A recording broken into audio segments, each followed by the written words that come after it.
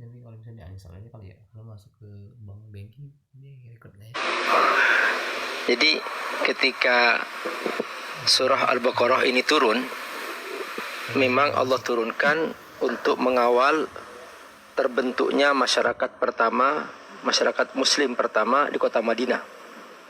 Makanya surah Al-Baqarah ini langsung turun bersamaan begitu sudah terbentuk masyarakat Madinah, dan terus mengawal sampai akhirnya masyarakat Madinah sempurna. Nah, apa yang menarik di sini bahwa pertama-tama yang Allah ajarkan adalah Allah memperkenalkan peta kepada orang-orang beriman. Ini loh manusia yang kamu hadapi.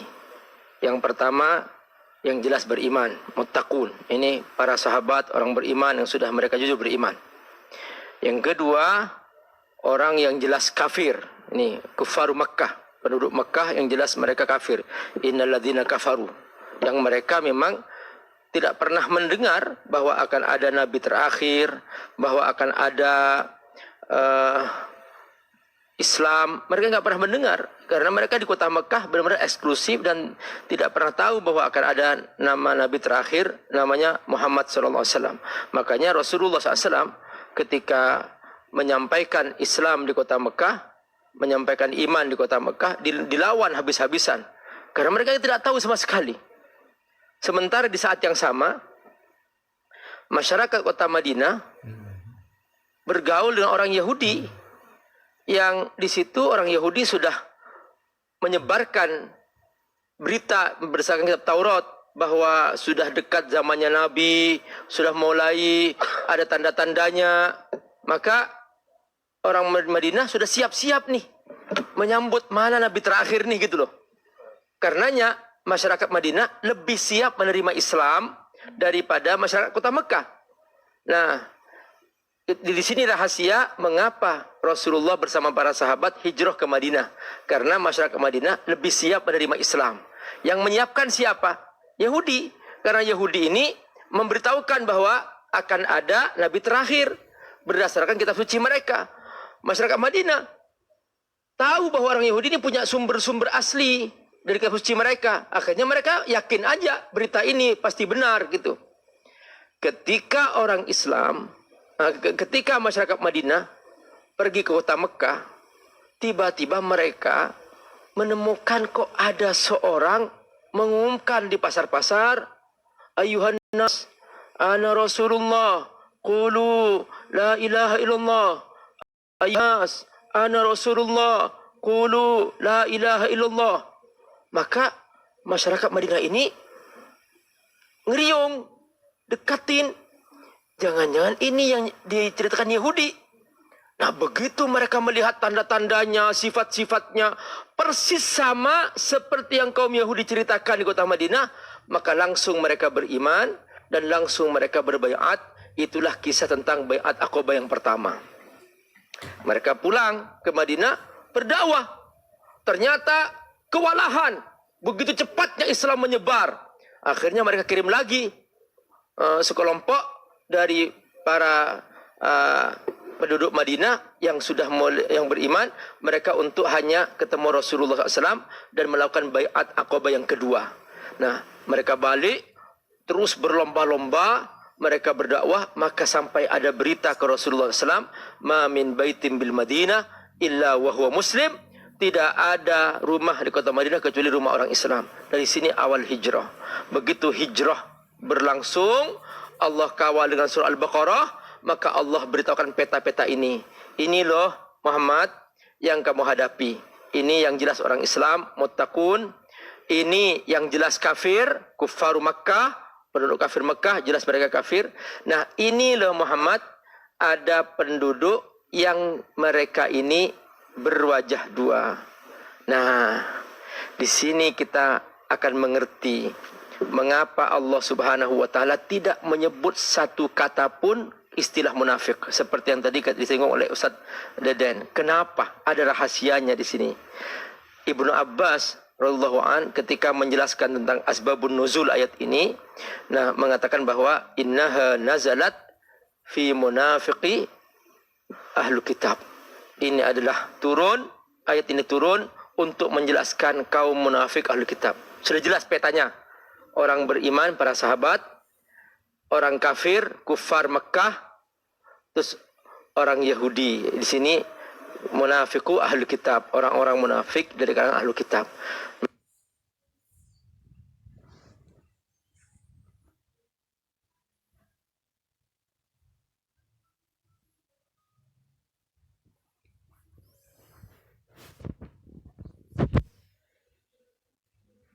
Nah, maka di sini tidak jelas. Benar-benar tidak jelas. Sampai satu kata pun Allah tidak menyebut istilah munafik. Tidak menyebut. Kenapa? Karena di sini menyebar. Lihtimal annahu min huna annahu min huna. Boleh jadi dia bergabung kelompok sini atau bergabung kelompok sini. Sampai-sampai Allah membuka ayatnya dengan kata An-Nas. Nggak jelas. Nggak jelas lagi. Karena boleh jadi ini bergabung ke sini, bergabung ke sini. Emang kata Anas itu apa artinya? Anas manusia, insan. Manusia yang nggak jelas siapa orang. Jelas. Kelamin yang nggak jelas. Iya. Sukunya nggak jelas. Nggak jelas. Ideologi nggak jelas. Nggak jelas juga semuanya. Tapi tekanan di sini lebih pada ideologi berarti ya. Iya. Makanya Allah menggunakan istilah pun juga istilah yang benar-benar umum gitu. Sebab dia nih bisa menyusup ke sini, menyusup ke sini. Maka di sini Allah Subhanahu wa taala ingin supaya orang beriman asyaddu hadaran minhum, lebih berhati-hati dari mereka. Sampai-sampai saking rahasianya ini Allah mewahyukan kepada Rasulullah SAW untuk orang-orang ini yang tahu hanya Rasulullah SAW. Itu pun Nabi sampai-sampai juga menyimpan rahasia ini kepada seorang sahabatnya dikenal dengan Sahibus Sir Rasulullah SAW. Dia adalah merupakan penyimpan rahasia Nabi, namanya Hudzaifah bin Yaman. Sampai-sampai para sahabat sendiri. Ini Umar bin Khattab. Umar bin Khattab yang dikenal sebagai idza jaa Umar farra syaitan. Kalau Umar datang, syaitan lari tukang langgang ketakutan. Umar sendiri sampai ketakutan. Umar datang kepada Hudzaifah. Ya Hudzaifah, hal ana musajjal min munafik amla? Apakah saya termasuk orang munafik atau tidak? Saya begitu saking hati-hatinya para sahabat. Nah, ini takut jangan sampai dalam dirinya ada kemunafikan itu. Ini perlu garis bawahi. Jadi Umar bin Khattab kalau mendengar ayat ini nggak langsung nyari keluar. Yang dicari adalah jangan-jangan ada khisalun nifaq. Jangan-jangan di dalam hati saya ada yang seperti itu. Gitu ya? Benar. Lanjut Ustaz. Ya. Gas lagi ya terus. Iya, Masya Allah. Luar biasa. Subhanallah. Nah, ini orang-orang munafik ini. Jadi kalau ada Nabi berkumpul, dia ikut kumpul juga. Terus kemudian alasannya apa? Ya, jangan-jangan kita ke bagian surga deh, gitu. Nah, jadi dalam ayat disebutkan qibalaka muhtiin anil yamini wa shimali izin, kata Allah. Dia Muhammad tuh lihat tuh, mereka ikut berkumpul di sekitar kamu tuh, lihat tuh. Allah ceritakan itu. Dan mereka ngumpulnya bukan mendengarkan kata Nabi, tapi bisik sana, bisik sini, gerasa gerusuk. Jadi kalau Nabi menyampaikan petua, dia nggak dengerin, dia keluar aja, tapi dia bikin heboh, bikin gaduh di sekitarnya. Qibalaka muhtiin anil yamin wa shimali izin, seperti itu. Di sebelah kanan kamu, sebelah kiri kamu, mereka nampak berkumpul seakan-akan mereka termasuk orang Islam. Bahkan sampai, perhatikan, sampai orang munafik ini ikutan sholat seperti sholatnya orang Islam. Bahkan mereka ikut sholat berjamaah, terutama waktu sholat zuhur, sholat asar, sholat maghrib. Tapi pas isya mereka menghilang, pas subuh mereka menghilang. Makanya Nabi ketika ingin ngecek nih, si fulan ini apakah munafik atau bukan, Nabi ngeceknya setelah sholat isya dan subuh. Nabi berdiri, aina fulan bin fulan, mana fulan bin fulan. Sahabat mengecek ke sebelah kanan, sebelah kiri, belakang, depan. Mereka mengucapkan la ilaha Rasulullah, tidak ada wahai Rasul. Sudah Nabi mulai semakin yakin ini munafik. Dan Nabi percepat lagi, begitu habis sholat subuh, berdiri lagi Nabi. Aina fulan bin fulan, mana fulan bin fulan. Di sini kemudian sahabat menjawab lagi, tidak ada wahai Rasul. Maka Nabi langsung bersabda, fi ma'al hadis, laisa salatun asqal al munafiqin min salatil isya wal fajr jama'atan fil masjid. Ini dalam makna hadis ya, bahwa tidak ada solat lebih berat bagi orang munafik daripada solat isya dan subuh berjamaah di masjid. Nah, sampai-sampai Nabi, karena Nabi saking kuat rahmahnya, kasih sayangnya. Fabima rahmati minallahi lintalahum. Rahmat Nabi begitu kuat. Nabi ingin mendorong orang munafik ini tinggal sedikit saja. Duhur ikut jamaah, asar ikut jamaah, maghrib ikut jamaah. Tinggal hanya isya dan subuh nggak ikut. Nabi ingin memberikan motivasi kepada mereka. Nabi memberikan motivasi dengan bersabda, man shallal isya jamaah fil masjid faka'annama shalla nisfal lail. Siapa yang salat isya dan isya berjamaah di masjid, pahalanya seperti salat separuh malam. Lalu kemudian Nabi bersabda lagi tentang salat subuh, man shallal fajr jama'atan fil masjid maka faka'annama shalla lail kullahu. Dia seperti salat semalam suntuk. Jadi seandainya salat subuh berjamaah, isya berjamaah, maka digabung, maka dia pahala seperti salat semalam suntuk. Intinya sebetulnya Nabi ingin mendorong orang-orang munafik itu supaya mereka ayo ikut. Saking begitunya Nabi. Itu pun Nabi menguatkan karena masih juga belum ikut. Dikasih pahala yang besar, belum ikut juga. Nabi akhirnya kemudian memberikan penjelasan lagi. Lau ya'lamuna ma fil atamati was subhi. Ini maksudnya orang munafik. Lau ya'lamuna ma fil atamati was subhi la atauhuma walau habwa. Seandainya mereka tahu bagaimana besarnya pahala salat berjamaah isya, berjamaah subuh di masjid, mereka pasti akan datang sekalipun merangkak dan salju. Seperti itulah Nabi ingin terus menyaring siapa yang munafik, siapa yang lemah imannya, siapa. Sampai seperti ini. Saking halusnya mereka dalam bersikap. Ya Allah. Ustaz La'al ini util. Saya takut berkepanjangan. Silakan nanti. Ya, itulah tadi beberapa keterangan pendalam apa yang disampaikan oleh Abi Amir tadi. Memang agak rumit nih membahas soal ini, tapi yang jelas tekanannya adalah bahwa orang seperti ini ada dan sangat membahayakan. Baik, sahabat-sahabat, untuk memperkuat dan memperingan juga, saya akan bacakan tafsir Buya Hamka. Ya, kita relaksasi sejenak. Jadi versi Indonesianya dulu. Bismillahirrahmanirrahim.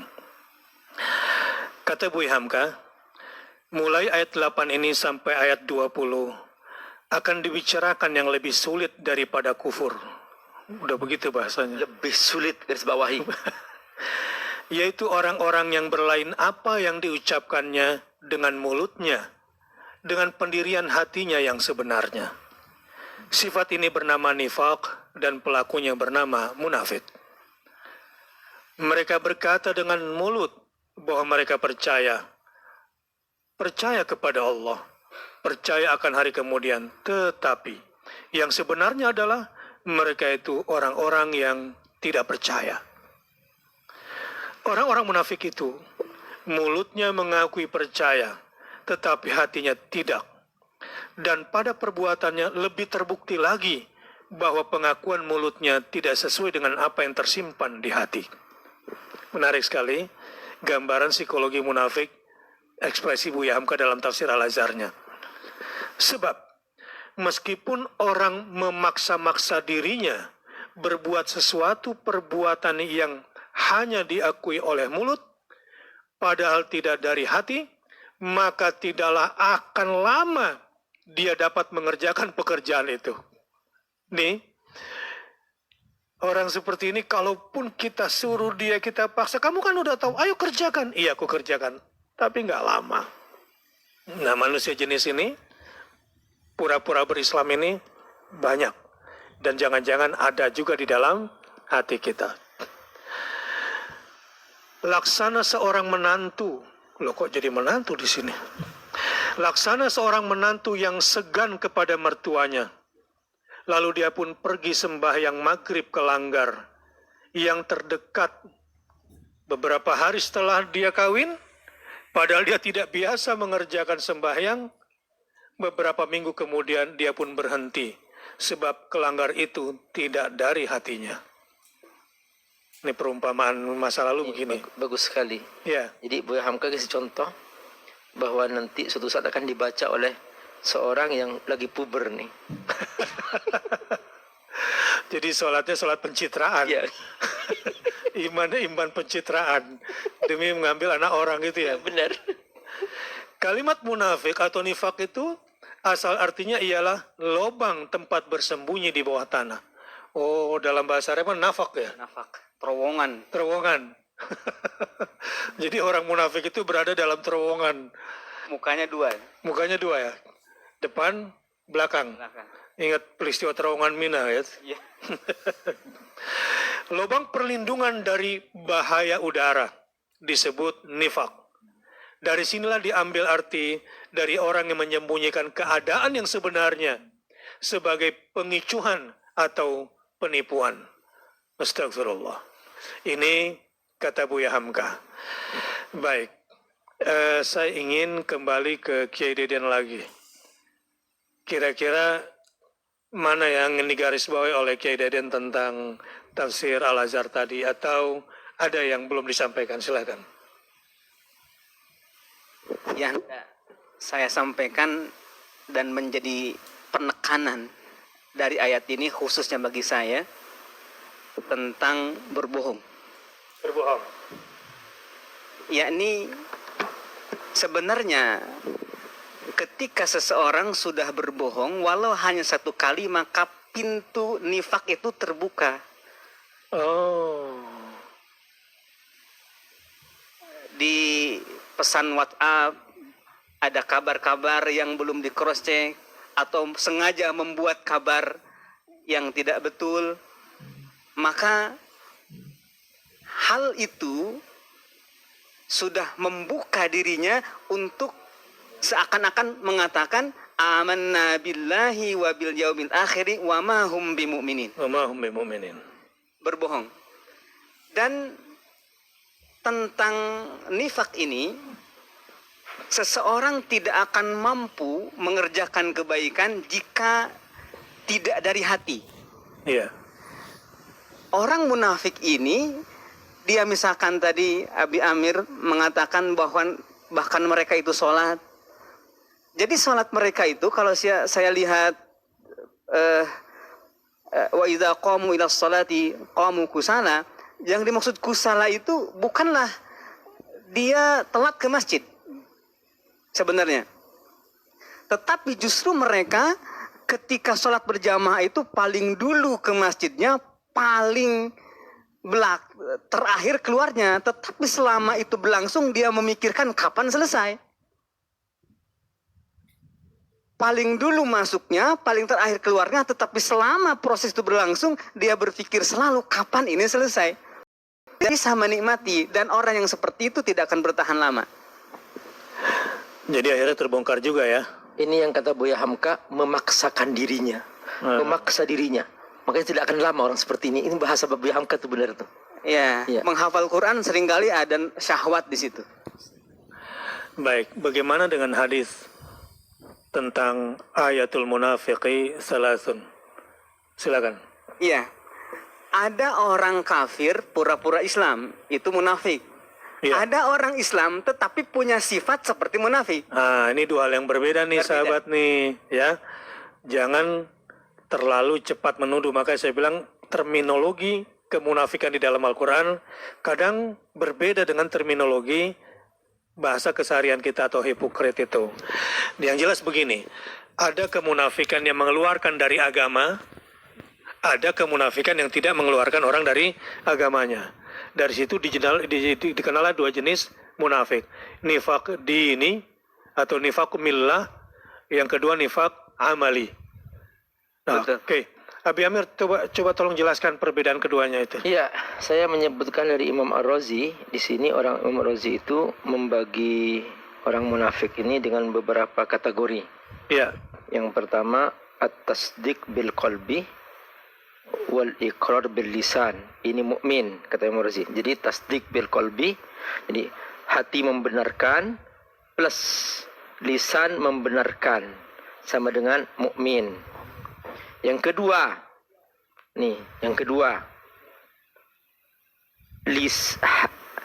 hati tidak membenarkan plus lisan membenarkan tapi terpaksa, ittiroron, kata Imam Ar-Razi, ittiroron. Maka di sini nifak. Ya, ini ya. Jadi hati membenarkan, lisan membenarkan, mukmin. Hati menafikan, menolak, tidak beriman. Lisan membenarkan dengan terpaksa, ittiroron, munafik. Begitu kata Imam Razi. Kemudian yang kedua, yang gambar berikutnya adalah ada orang yang dari hati membenarkan, tapi lisan menafikan. Ittiraron, terpaksa. Seperti yang terjadi kepada Ammar bin Yasir. Dia hatinya membenarkan Islam, tapi dipaksa, dibantai, disiksa, ibunya dibunuh, bapaknya dibunuh, keluarganya dibunuh, semuanya. Nah, terpaksa mengucapkan kekafiran dia. Ini masuk dalam ayat illa man ukriha wa qalbuhu mutmainnun bil iman. Dia dipaksa tapi hatinya masih beriman. Ini tentang penjelasan kategori munafik menurut Imam Ar-Razi. Nah, kemudian saya ingin menjelaskan beberapa hal penting tadi yang kita sudah mendapatkan isyarat-isyarat dari Bapak Kiai Deden dan Bapak Kiai Bakhtiar Nasir, yaitu bahwa tentang istilah pernyataan mereka bermain di kata-kata. Jadi mereka ini adalah manusia mulut, ya, manusia mulut nih. Kalau yang lain nih, yang sebelumnya orang mukmin manusia amal dengan keimanannya, zahiran wa batinan. Nah, seperti kata Imam Asyuti. Jadi yang ini manusia amal, zahiran wa batinan. Makanya diikrar oleh Allah pertama kali alladzina yu'minuna bil ghaib, langsung. Nah, pakai fi'il mudhari di sini. Kenapa? Karena min tabiatil iman lazimul muhafadzah. Karena iman ini wajib dijaga terus, makanya pakai fi'il mudhari. Lain dengan orang munafik pakai fi'il madhi. Kenapa? Libayan annahu ablagh fil kadhib. Untuk menunjukkan bahwa mereka sudah keterlaluan bohongnya dengan menggunakan fi'il madhi. Tidak ada iman sama sekali, pakai fi'il madhi lagi. Maka berarti mereka memang bohongnya sudah berlebih. Nah, ditambah lagi dengan tadi kata Ustaz Deden, ditambah dengan 2 huruf ba di sini untuk menguatkan betapa bohongnya bin bohong. Berlipat-lipat bohongnya. Nah, berarti sampai pakai ba-nya 2 kali, pakai siwatul madi. Ini sudah menunjukkan bahwa ablagh fil kadhib, ditambah lagi dengan lapisan-lapisan kebohongan menggunakan huruf ba 2 kali berlipat-lipat. Ditambah lagi mereka ini mengaku-ngaku mereka tahu bahwa min abrazi arkanil Islam, di antara rukun min abrazi rukunul arkanul iman, di antara paling menonjolnya rukun iman, yang paling penting rukun iman di antara rukun iman. Semuanya penting, tapi ada yang lebih menonjol rukun iman, yaitu al-iman billah wal yaumil akhir. Makanya Nabi berkali-kali memberikan man kana yu'minu billah wal yaumil akhir, man kana yu'minu billah wal yaumil akhir falyakul khairan aw liyasmut. Siapa beriman kepada Allah dan hari kiamat, berulang-ulang. Nah, supaya mereka menampakkan diri benar-benar aku tulen muslim, aku tulen beriman. Jadi lapisan kebohongan itu packaging kebohongannya itu sampai mereka pintar memilihnya, licik memilihnya. Jadi ini yang paling orang Islam tonjolkan. Mereka sebutkan mayyakul amanna billah wal yaumil akhir. Jadi mereka pelajari itu seluruh orang Islam. Oh, ini yang paling menonjol. Oh, ini paling menonjol. Seperti itu mereka sampai menggunakan istilah-istilah khusus, cara khusus, penampakan khusus, pokoknya bungkus khusus, packaging khusus, sampai secara zahir seperti orang Islam. Baik. Nah, ini. Ustadz, kita kan baru di ayat 8 nih. Karakter yang pertama adalah munafik itu wa minan nasi may yaqulu amanna billahi wa bil yaumil akhir. Ini kenapa sih ditempatkan di tempat pertama itu ya, dibanding sifat-sifat yang lainnya? Apakah ini memang yang paling berbahaya atau ini yang paling ringan gitu secara urutan? Yang kedua, nanti itu pertanyaan ke Ustadz Deden, Kabi Amir, bagaimana caranya menyikapi orang seperti ini? Ya, supaya jangan sampai setelah pelajaran ini cuma kita kesel aja sama orang ini tapi nggak dikasih solusi. Bagaimana menghadapi orang jenis seperti ini? Tapi kita baru di ayat 8 ya. Tafadhol Ustaz Deden. Man yaqulu amanna billahi wa bil yaumil akhir, ini yang paling berbahaya. Oh, Ini yang paling berbahaya. Dan penekanannya, tadi kata Abi Amir, memang manusia mulut nih. Manusia mulut. Manusia mulut. Ya. Oleh karena itu, yukhadi'unallaha itu sebenarnya bayan min yaqulu. Jadi yukhadi'una itu hanya merupakan penjelasan uraian dari yaqulu amanna billahi wa bil yaumil akhir. Jadi pangkalnya di sini, ketika mereka sudah berani mengatakan dengan berbohong, amanna billahi wa bil yaumil akhir, maka terus kesananya akan muncul kerusakan-kerusakan yang hebat. Ini pangkalnya. Pangkalnya dan yang paling berbahaya ya. Paling berbahaya. Ini makanya Allah kasih tahu di awal. Berbahayanya di mana Ustaz? Di mana bahayanya? Kalau muttaqin disifati yang pertamanya itu yu'minuna bil ghaib. Ya. Yu'minuna bil ghaib. Jadi yu'minuna bil ghaib bagi muttaqin itu paling vital. Ya. Nah, hal yang paling vital yang mestinya menjadi sifat itu justru kebalikannya bagi orang munafik. Oh, itu adalah mengaku beriman kepada Allah dan hari akhir. Mengaku benar-benar beriman kepada Allah padahal benar-benar tidak beriman kepadanya. Nah sekarang sarannya Ustadz Deden kalau menghadapi orang munafik kelas dewa begini nih. Ini kan saya menyebutnya munafik tingkat dewa ya. Ya. Bagaimana menghadapinya? Nanti Abi Amir juga kasih tips bagaimana menghadapinya. Pertama, jangan sampai sifat-sifat itu ada pada kita. Nomor satu. Nomor satu. Sekarang, jadi jangan sampai benci kepada orang munafik, toh ternyata kita pun masih punya, walau kecil di situ. Inilah sikap Umar bin Khattab, gitu ya. Iya. Nah itu contoh yang bisa terjadi sama kita, yang umum yang mana misalnya? Kalau tadi kan Bu Hamka mengangkat menantu yang pura-pura ibadah, akhirnya nggak tahan juga gitu ya. Iya. Sholat. Salat, baca Quran. Baca Quran. Hati ini kok lebih pengen segera selesai gitu. Ini ada sifat. Ini kayaknya gue banget nih gitu ya. Kalau kembali ke sini, sholatnya pengen buru-buru, ngajinya pengen cepet-cepet selesai. Sehingga tidak bisa menikmati. Satu juz tuh kayaknya kok masih baru baca 3 lembar, ternyata masih jauh ya satu juz gitu ya. Iya. Jangan sampai ada hati seperti itu, karena berarti yang menjadikan dia betah tuh udahnya, bukan ketika kemudian dia sedang bersama Allah Subhanahu wa taala. Dia maunya udahnya satu juznya itu. Udah. Padahal sebetulnya baca Quran tuh menikmati saat bersama Allah.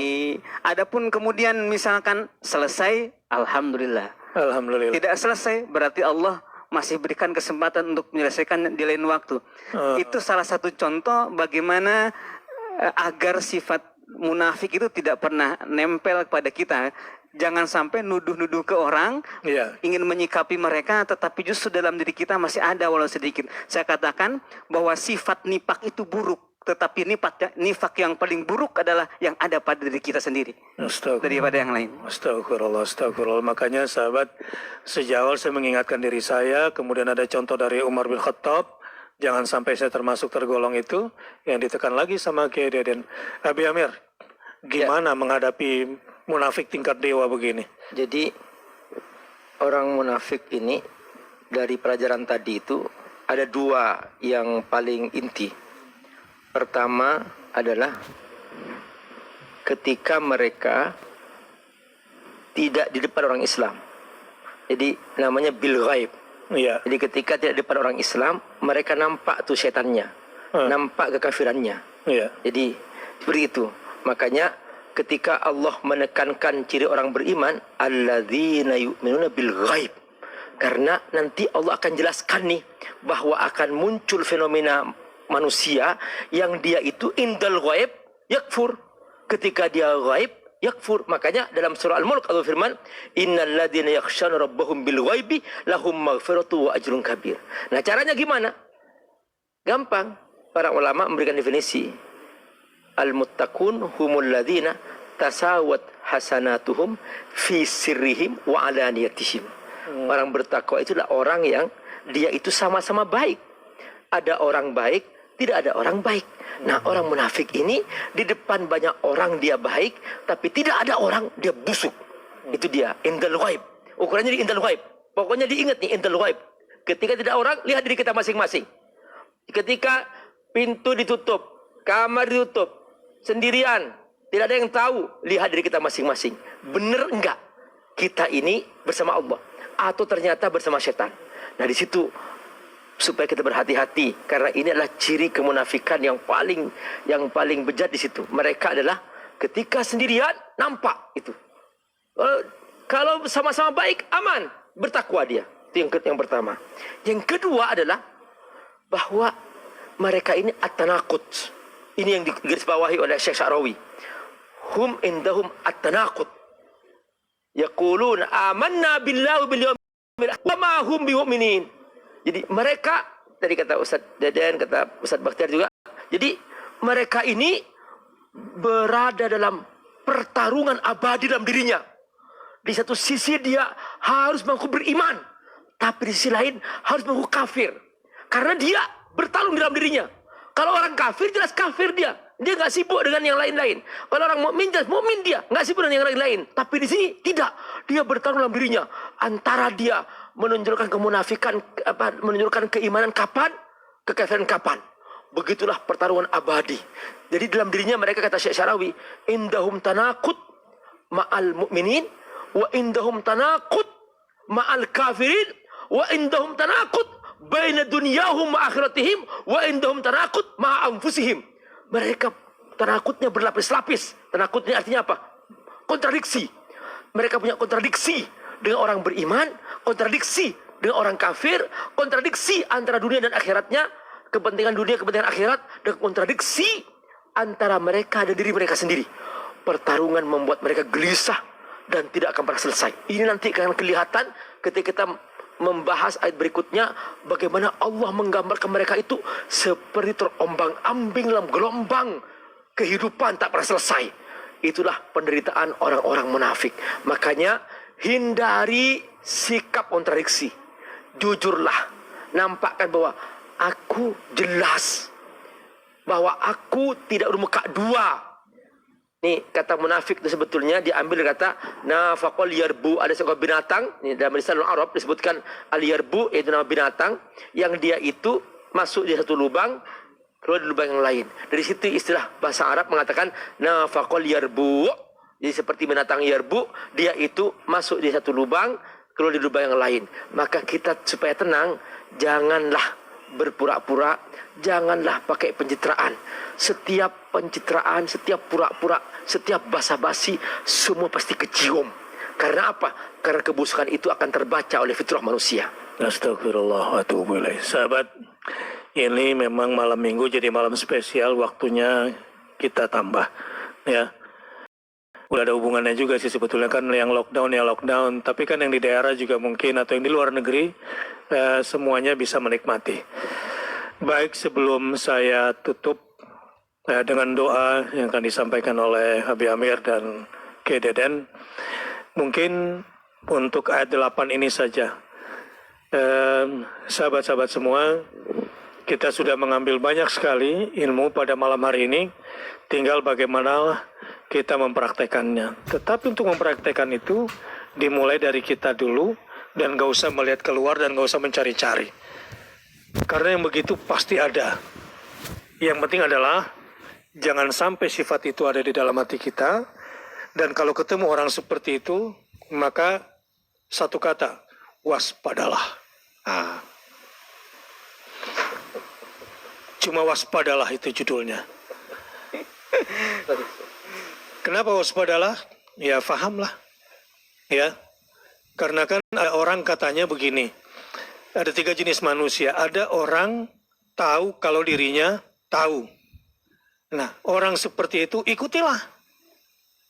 Yang kedua, ada orang tahu kalau dirinya tidak tahu. Dia tahu kalau dirinya tidak tahu. Nah, orang seperti ini nasihatilah. Yang bahaya yang ketiga nih, ini jenis munafik. Tidak tahu kalau dirinya tidak tahu, biasanya sok tahu. Nah, kepada manusia jenis ini apa harus kita lakukan? Waspadalah. Waspada sama orang seperti ini dan menjauh. Kadang dia datang sebagai belut, perlakukan sebagai belut. Kadang dia datang seperti ular, perlakukan dia sebagai ular. Ngerti maksudnya? Belut ini licin, ular ini berbisa. Kalau datang sebagai kera, dia perlakukan sebagai kera. Ini serakah biasanya, buruk rupa, dan serakah digambarkan di dalam Al-Quran. Kepada manusia-manusia seperti ini, waspadalah. Ya, wujudnya manusia, tapi sesungguhnya lebih kufur dari orang kafir. Nah, kita minta kalimat pemungkas di akhir dari Abi Amir dan Ustadz Deden, kira-kira nih menghadapi orang seperti ini, atau setelah mempelajari ayat 8, apa yang harusnya ada di dalam hati kita. Silakan Ustadz Deden dulu, baru Abi Amir. Baik, memang tadi itu pertama kuatkan iman kita dan jangan sampai ada sifat-sifat mereka walau sedikit hinggap di kita.